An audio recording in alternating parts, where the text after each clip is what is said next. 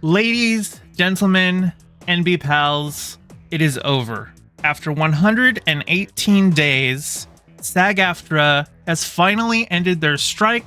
They have gotten a deal with the AMPTP, and it's still tentative because it needs to go to the member public to vote on, but that's usually a formality. This is done. Hollywood's going back to work.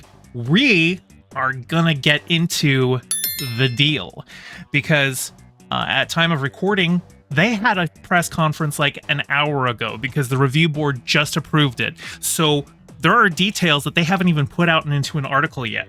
We're going to go over all of that. And why don't we start with SAG-AFTRA's own announcement on Twitter. Dear SAG-AFTRA members, we did it. Our historic TV theatrical streaming strike is over as of midnight Pacific time this morning, and this morning was November 9th, which was yesterday. After 118 days on strike, we are set to change the future of our industry with a transformative contract that includes gains for every category of SAG-AFTRA member who works this contract. This revolutionary agreement achieves major breakthroughs in addressing compensation via residuals and protections from generative artificial intelligence technology while reaffirming the role human performers play in the production of film, television, and streaming entertainment. Tomorrow, the National Board will meet to review the tentative agreement and vote on whether or not to send it to you, the membership, for a ratification vote. And this just happened. This happened a couple of hours ago, and they had a press conference. So we're going to be watching a little bit of that. Although full details will not be shared in advance of tomorrow's meeting, we wanted to share just a few key deal points. More than $1 billion in new wages and benefit plan funding, a streaming participation bonus, minimum compensation increases that break the so-called industry pattern. They got like 11% raises, like immediate. Oh, it's this one's big. And for the first time, consent and compensation guardrails on the use of AI. We're gonna get into that because what they talked about sounds really good. Raised pension and health caps that will channel more value into our funds, and critical protections for diverse communities. We're proud of the phenomenal efforts of our TV and theatrical negotiating committee and send our sincerest thanks to you, the members, who made these gains possible by granting a strike authorization prior to negotiations and remaining resolved throughout the 118 days of our strike. Your solidarity helped us achieve the necessary leverage to secure these unprecedented gains. We're also grateful to our union siblings who stood by our side, literally and figuratively, from the very beginning. We truly could not have succeeded without your unwavering support. Effective immediately, all SAG-AFTRA members should fulfill their contractual obligations and return to work. Members and influencers may resume services relating to publicity and the promotion of motion pictures produced under the CBA and television agreement without consequence or conflict with the union. Please keep an eye out for an email from SAG-AFTRA and follow us on social media for news on the National Board's recommendation. In unity, President Fran Drescher and National Executive Director and Chief Negotiator Duncan Crabtree, Ireland. I was seeing memes. I should have pulled this up before, but like I saw one that was just like Kevin Feige 2 seconds after the announcement calling up Brie Larson to be like, go promote this movie right now. Marvel has been quite worried about the performance of the Marvels. It's been projected to underperform, and it's certainly probably been, at least in part, because none of the actors can promote it. And so I'm sure they are happy to be able to go ahead and do that now. Now, I'll be reviewing the Marvels. I don't necessarily have good things to say about it, but I am glad for the actors that they can now actually go out and promote the work that they did. I mean, they want you to see their movies. They want you to be excited about their work. They're excited about their work. It's their work. They're proud of it. And I am so happy that the strike is over for them.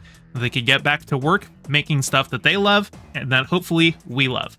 Now, I watched their press conference, and I'm not going to go over the whole press conference. There are a couple of key moments from the press conference I'm going to play, but they kind of expanded like on the details of all of this. But there was one thing in the press conference that I caught that will be interesting, and I will be doing a follow-up on this once we have full details on the deal, because Duncan Crabtree, Ireland, the chief negotiator, he did say that they were not able to get everything they were asking for. Now, this is in contrast to WGA, which there was literally like a single thing that WGA did not get that they were asking for, at least some version of. But, you know, they're different parts of the industry. There was quite a lot. I mean, one of my first videos covering the strike was going over SAG-AFTRA's demands and how little the AMPTP was willing to actually respond to. So it feels like, as that's how I started my strike coverage, feels like that would be a good way to wrap it up. Is next, once those are out for my next stream, once those are out, I can go over that and wrap it up. But until then, why don't we go ahead and take a look at the relevant sections of the press conference. So here we are. This was a press conference this was like an hour ago that this happened. And this part that I've got here will be the relevant part where he starts going into the specific details about what they secured in the new contract. Now let's talk for a moment about the specifics of the gains in this contract. The total package achieves more than $1 billion in new wages and benefit plan funding over the term of the contract. That includes the creation of a new fund to compensate performers for streaming exhibition that will be paid in addition to traditional residuals. Background actor wage increase. Okay, so that one, this was what had been derisively called like a streamer tariff or streamer tax. We don't know all of the details on how that plays out, but that was one of the things that they were really hammering on, that the CEOs just didn't want to budge on, and it sounds like they were able to work out a deal for it. He will go into that, but that was one of the big things. There were two big things. There was making sure that they had that new source of revenue from streaming and the AI protections. And the AI protections, from what he talks about, we'll see it. They sound really good. Background actor wage increase of 11% effective immediately under the contract, along with an 11% revenue 4% increase effective July 1st of next year, and another 3.5% increase effective July 1st of 2025, meaning a two-step increase in the first year of this contract. There'll also be a 7% general wage increase effective immediately under the contract. Another 4%. Okay, so the 11%, that's for background actors, but the 7% general wage increase, WGA only got 5%. So this is big. This is above standard. Now, WGA got like most of the general asking points that they were going for, and so maybe that's why their wage increase, general wage increase, is a little lower. We'll see. Once I find out what SAG did not get, because they don't really get into what they didn't get here. Obviously, they want to sell it to people. We'll find out. But let's keep going. % increase effective on July 1st of next year, and another 3.5% effective July 1st of 2025.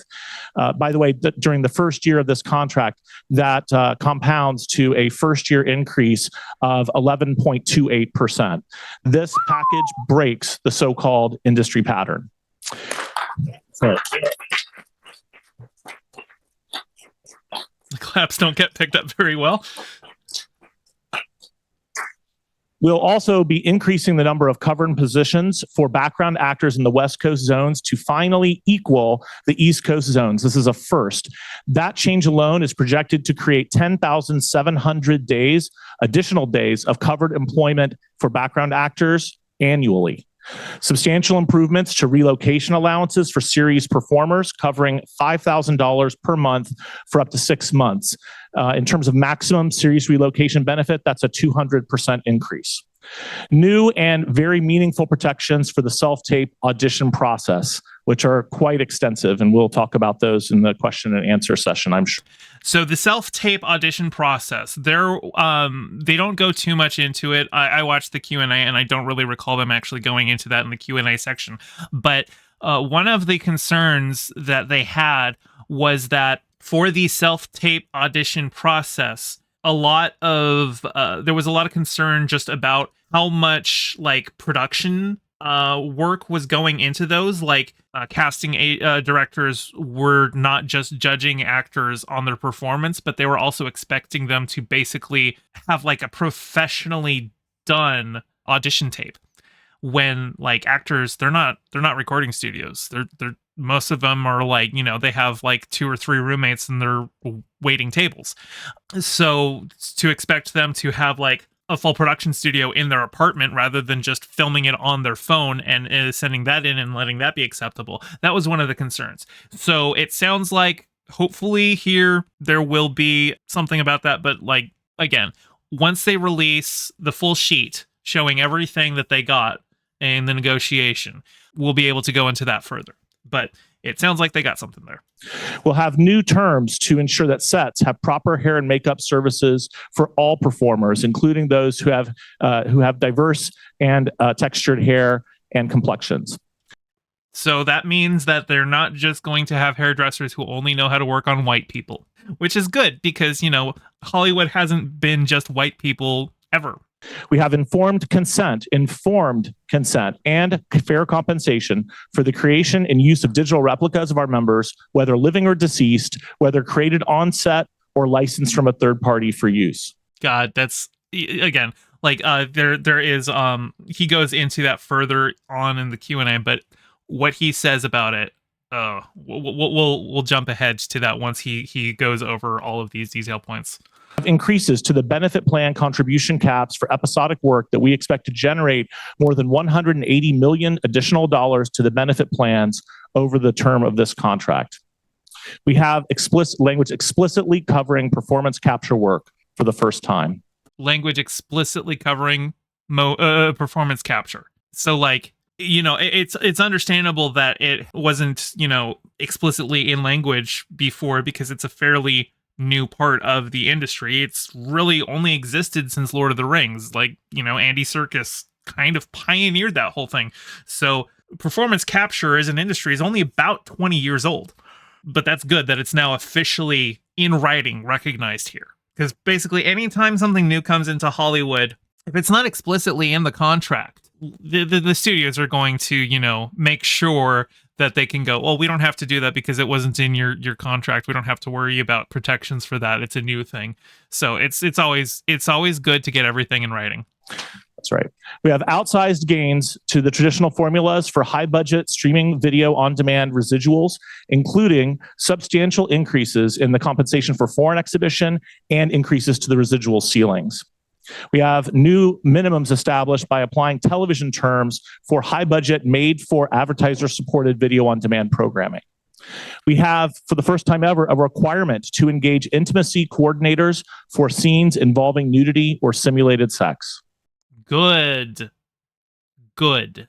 Sex scenes are, I think, like, there's been like a big, discussion about, oh, well, we don't really need sex scenes, do we? But that's a very prudish attitude. I think art should reflect humanity, and sex is kind of one of the most common things that humans do. So I think it's important for it to be in media. But because it's a performance and because it's a very, sensitive subject, like that is a very vulnerable position to be putting yourself in, to be in front of a camera filming something very intimate. It's good to have intimacy coordinators to make sure everyone's on the same page, to make sure that everyone's communicating, to make sure that there are safeguards in place, to make sure that there are safe words in place, to make sure that the set is limited so that people who are, possibly naked aren't surrounded by like 40 people ogling their junk, So mandatory intimacy coordinators, this is a good thing. That's right. A long time coming. Right. They're excited. We have new fixed residuals eligibility for stunt coordinators and the achievement of outsized increases for stunt coordinators working under flat deal minimums in television, bringing them closer to equivalency with the flat deal minimums for stunt coordinators working in theatrical motion pictures. We have substantial increases to compensation for Schedule F performers. We have the application of major role terms to high budget SVOD and the first season of made for pay TV series. We have increased transparency that includes limitations, a separate writer, and a separate check requirement, and required higher compensation for anyone who's going to have advance payment of residuals for television and new media productions. We finally, yes, that's a big one. Okay, so I think one of those that right there, Hollywood is notorious for being delinquent on payments. There will be performers and writers and stuff like that, but basically everyone in Hollywood will sometimes do work and might not see the payment for that for months. So having a requirement for some of these residuals to make sure that you paid up front on it, that sounds really good. We have doubling pay for singers who dance and for dancers who sing, so that they will no longer be expected to do the other specialty without getting additional compensation for that. That's a big one. That is a really big one. They are different specialties, and if you are being hired to do one or the other or both, you should be being paid commensurate to the work that you are providing for them. That one's really good. We are extremely proud of what we've advocated for and won in this new contract. And I personally am extremely proud of our president and our negotiating committee and our members who have stood strong. Okay, I think here he's just gonna be thanking everyone, which is good. And I'll have a link to. I'm just gonna paste the link here in chat, and I will have this as well in the video when this goes up on YouTube later, so that you can take a look at the full stream yourself.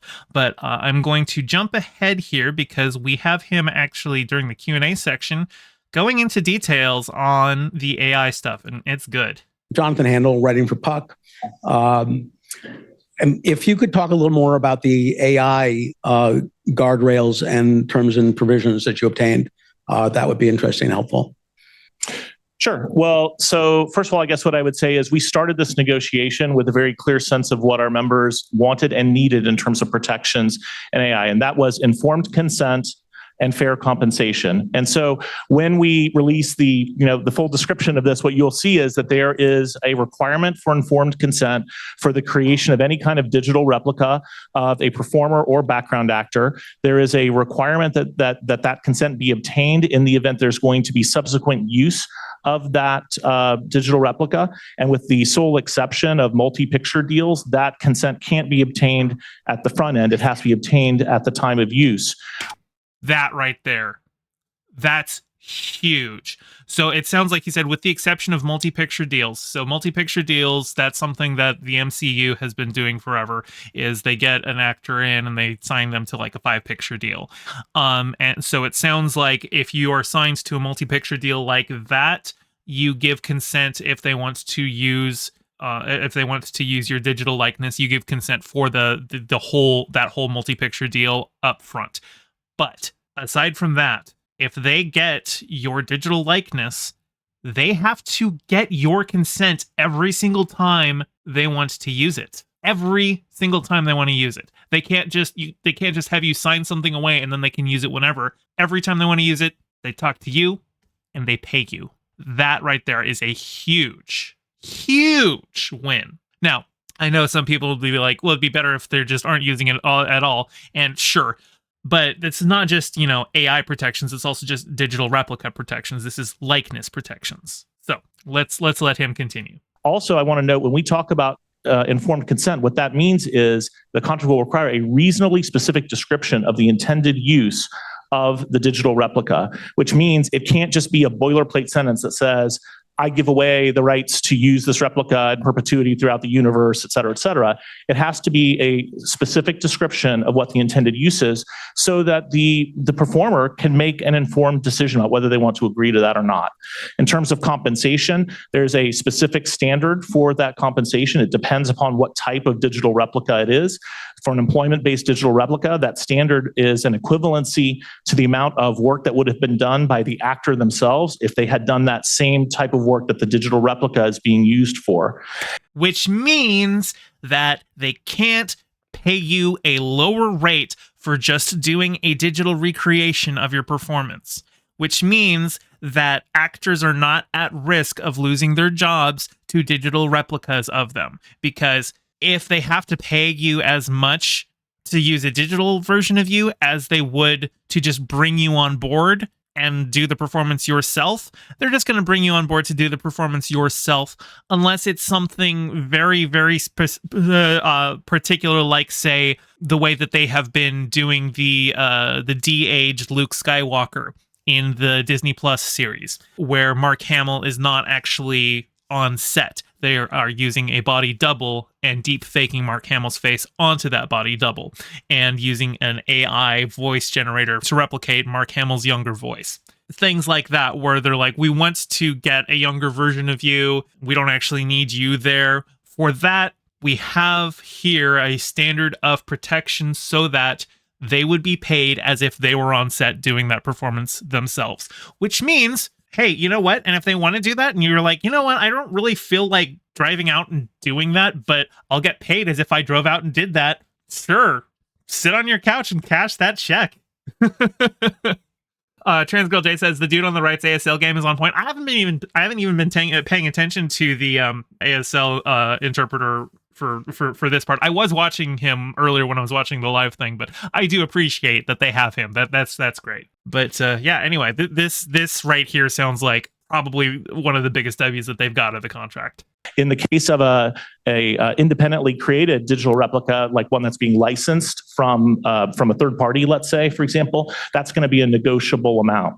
And I do want to mention, because I made a specific comment about it in the press conference back on July 14th, standing right in this very spot, about the question of what happens with background actors and their right of consent to the use of digital replicas. And just so that our background community knows this contract protects background performers from any use of their digital replica without their consent.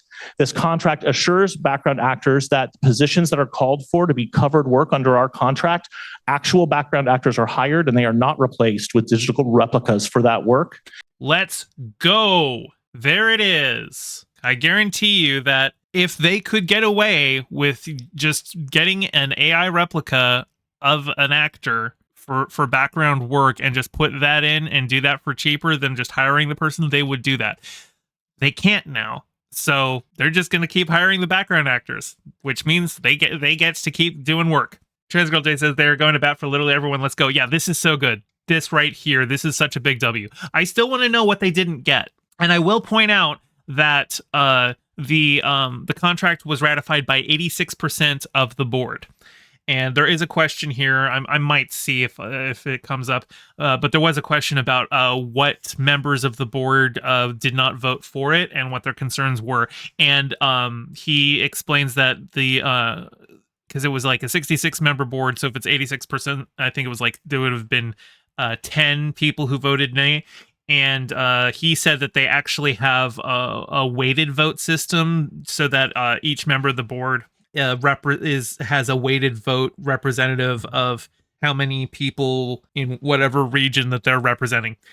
So it wouldn't necessarily be like exactly a 10-person nay vote on it. But that also does suggest that there might be something big that they didn't get in the contract. 86% still is an overwhelming majority of yay, but to miss out on 14% of the vote, there's probably something in there that a lot of people thought was important that didn't get in. So we'll find out what that is. We don't know yet. I'm sure some people can piece together who've got who had the full contract can see just what wasn't mentioned. But like I said, this is all freshly coming out. SAG-AFTRA. I mean, I can check the website actually. No, they have not updated their website yet with more information. So right now, this press conference is what we've got. Once they put it out for the membership to vote on, they said they're going to start the voting process on Tuesday. So we should have full details by then. Once they've got it to vote on, that means the membership will be able to review the entirety of the contract. So we should be able to have everything then. And when I was talking about how I was really hoping that we would have this information out before this stream so that I could go over it all. I mean, I had, SAG members who are mutuals of mine. They were saying, as soon as I get it, I will pass that on to you. So, obviously this happened right before stream. So this is about what I can get for you. But I wanted to strike while the iron's hot. This is about as fresh as it can be. This streamed 1 hour ago. So let's continue. And it also ensures that no use of a digital replica can be used to evade engagement and payment of a background actor under this contract. Nice. So our background actors are protected in our AI provisions. And the last thing I want to mention about the AI provisions, and Fran referenced this in her remarks, is up until the very end, we were engaged in a very serious fight with the companies over what was going to happen with respect to the use of generative AI to create what we call synthetic fake performers. And what the result of that is that, number one, we have a provision that requires the companies to get the consent of performers whose facial features are used as part of the creation of such a synthetic, even if it's more than one performer, even if it's only a part of those recognizable facial features. Number two, the companies are obligated to give us notice anytime that they use generative AI to create a synthetic fake performer, so we'll know about it. And number three, the union has the right to bargain over compensation on behalf of those people in the event that the companies create any kind of synthetic fake performer. So that was the piece that ultimately came together on the very last day, on day 118 of the strike. And with that, that's huge. So even if they are trying to create a fully AI performer, they have to notify SAG-AFTRA when they're doing that. So SAG-AFTRA will know. People will be like, hey, these people, they are just creating entirely fake artificial performances. No actor even went into it. These are the jobs that they're taking away from us. They will know about it. Now, what that also means is that they didn't get them to ban it. And so that right there is why it's not the best deal that they could have gotten, but they will know about it. And I don't know, maybe they could say, hey, this movie was using AI performances. This movie is not using real actors. Now, in general, for not using real actors, you can tell, but it could be just a case of, say, like the MCU just had like a completely AI performance of like some background character or something like that, instead of like just, obviously they have CG characters who might be background characters who didn't have like mocap in them and they're just entirely animated or whatnot. But even in that case, you have to have somebody model it and animate it and everything like that. And that's jobs. But like I said, it's not 100% of what they're asking for, but in terms of worker protections, this sounds very, very strong. With that, the strikes are over. Hollywood's going back to work. All the shows that have been delayed, all the movies that have been delayed, all the promotion that's been delayed, that all gets to resume now. Hollywood gets to continue. We get to have new TV shows and new movies. We're probably going to be seeing a little bit of a dip in the coming summer just because of the length of the strike, but people want to get back to work. I don't know a single member of SAG-AFTRA who didn't want to get back to work, who didn't want to be able to go out there and actually, be filming things. And I can tell you they're very excited to be going back to work. And I'm very excited because I like movies. I like TV. I like watching stuff, and I can't watch it if it's not being made. And it can't be made if nobody can afford to live on what the contracts are paying them to make the stuff that we all enjoy. And now, with all of that being said, there has been one criticism that I've had of SAG-AFTRA that I have refused to say publicly because I didn't want it to undermine current effects. Now, obviously, I'm a very small YouTuber, but I didn't want to contribute to the ecosystem. But the big criticism that I have of the way SAG-AFTRA handled the strike was in the costume rules. If you don't know what that was, they had rules stating that members and influencers should refrain from wearing costumes that are of characters from struck works. They, included that as a mandate around Halloween, saying, please do not post photos on social media of yourself wearing costumes from struck works, because they saw that as a form of promoting that work. And they got a lot of backlash for that. Ryan Reynolds literally tweeted saying, look, my 8-year-old may not be a SAG member, but I'm definitely going to be calling her a scab on this Halloween.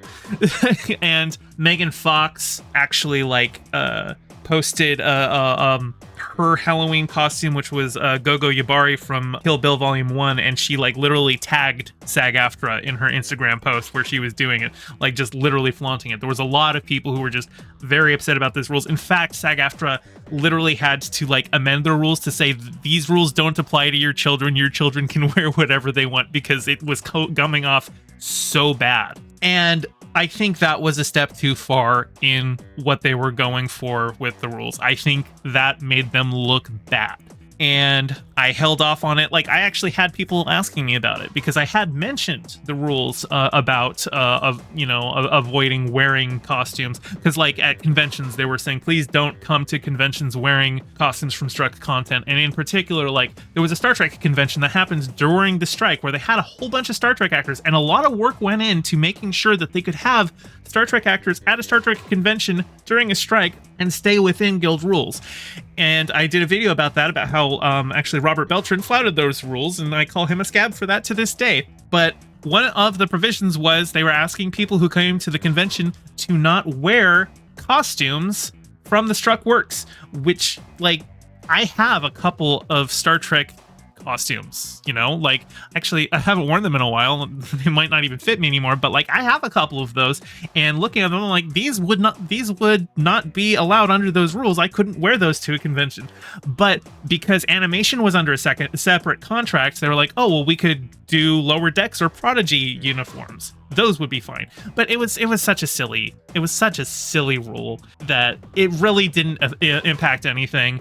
I mean, like, obviously, if you're buying the costume direct from the struck companies, that is money in their pocket that they're profiting off of, and like they see it as promoting the struck work. But I think that one is so unnecessary. I really don't think that it's any kind of big promotion of it, you know? And yeah, if I were them, I would have left that rule out. I think that was probably optically one of their bigger missteps. Now that the strike is over, I feel more comfortable talking about it. Somebody asked me about it, and I was just like, look, I would use my best judgment on it. Since you are not a member of SAG-AFTRA, you don't have to follow the rules, so I would just use my best judgment on it. And yeah, that was my opinion on it. But I held off on that because the strike was ongoing, and I didn't want to contribute to it, even if I might have, quietly agreed with Ryan Reynolds talking about how his daughter's going to be she's going to learn what it means to be a scab today.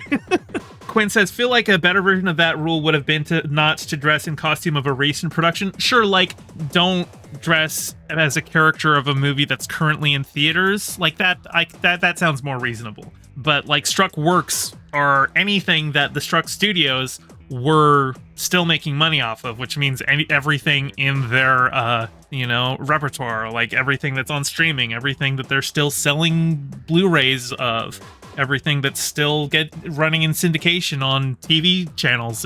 I know those still exist for some reason, but everything on streaming, it basically everything. And so, like, kids, they watch things, and when Halloween comes around, they want to wear the costume of their favorite character. They don't want to wear a genericized version of it. They want to be that character. Like, when I was a kid, I was really, really big into costumes, and I always wanted my costumes to be very elaborate. And in fact, I drove my mom crazy because one Halloween, I wanted to go not just as the Hulk, but I wanted to go as both Bruce Banner and the Hulk. I wanted to be able to Hulk out. And to her credit, she put some thought into how that could work. Like, using like Velcro straps so that like I could be just in regular clothing, but then like I open the Velcro and all of a sudden now I'm hulked out and everything. But eventually she's just like, okay, no, Gay Fesh, you have to decide, are you going to go as Bruce Banner or are you going to go as the Hulk? And obviously I chose Bruce Banner. No, I chose the Hulk. But the individual characters, and kids, they don't know about strikes or anything like that. They just know characters that they like. And if you're gonna show up and say, oh yeah, the SAG-AFTRA, that's this organization that all the actors do, well, they say you can't go as the Hulk this year because you're not supporting them if you do that. Like, that doesn't make sense for a kid. And obviously they amended the rules to say, yeah, no, we don't care about kids doing it. They clarified it to say that, but that part was dumb. With that being said, what does that mean for my channel? Because for the last several months, since July, I have been consistently covering strike news. And now it seems like it's pretty much over. I've got one more thing. Once the full details are over, I'm going to be doing a video on that. But other than that, where is my channel going from here? Well, I recently had a video do actually quite well in the algorithm, and I think it speaks to the kind of content that I feel like really needs more of out there. And this video, Star Wars Theory cries for 13 minutes about Andor. Man, baby hates good Star Wars. Now, this is all clickbaited to hell. I think I was actually far more respectful, but I did get people in the door with the, with the clickbaity title and everything like that. But what I want to talk about on my channel is I think there are a lot of legitimate criticisms of media that get co-opted by groups like the Fandom Menace, by reactionary man babies, people who 10 years ago we would have called them Gamergate. And I don't like that we have to cede ground to them just because of the things that some of the things they're saying come from a reactionary viewpoint. And I want to show people ways to criticize without being a reactionary bigot about it. Because issues that he has with Star Wars, some of that stuff I did share, but it's the ways that he went about it, and I want to show a better way. Now, this did pretty well in the algorithm for me. Obviously, like 2.3K views. That's not a lot for a larger channel, but I'm a small channel. This did a lot. This did pretty well. I got 141 comments. Now, a lot of these comments are angry. That was to be expected, but I had a lot of people who were actually quite happy to see my content, to see my analysis, and I had some good conversations in here. So this is kind of what I want to do to continue on. Now, I have had people that were saying I was just, using larger channels to like piggyback off their success, and like, yeah, there's probably a little bit of that. There's, the clout game is real. If you want to call me a clout shark for that, I don't really know how to address that other than to say I am trying to get my name out there, and I would like to get my name out there in a way that people who consume this kind of a content can see that there's a better way. And that's actually going to be one of my next topics here. So with that being said, the strike is over. SAG-AFTRA is back to work. We'll find out more about the details later, but for now, that is over. Hey, thanks for watching. I'm trying to get my channel monetized, so your view means a lot. Don't forget to toss me a like, and subscribe, and ring the bell. I stream Mondays and Fridays at 5 p.m. and Sundays at 2 p.m., so catch me live and join in on the convo. You can find all my socials in the description below, and thank you to all my patrons with a very special shout out to my Whale Shark tier patron Ryan D and my Anemone Friends tier patron Piftle Cakes. Your support means the world. Catch you next time.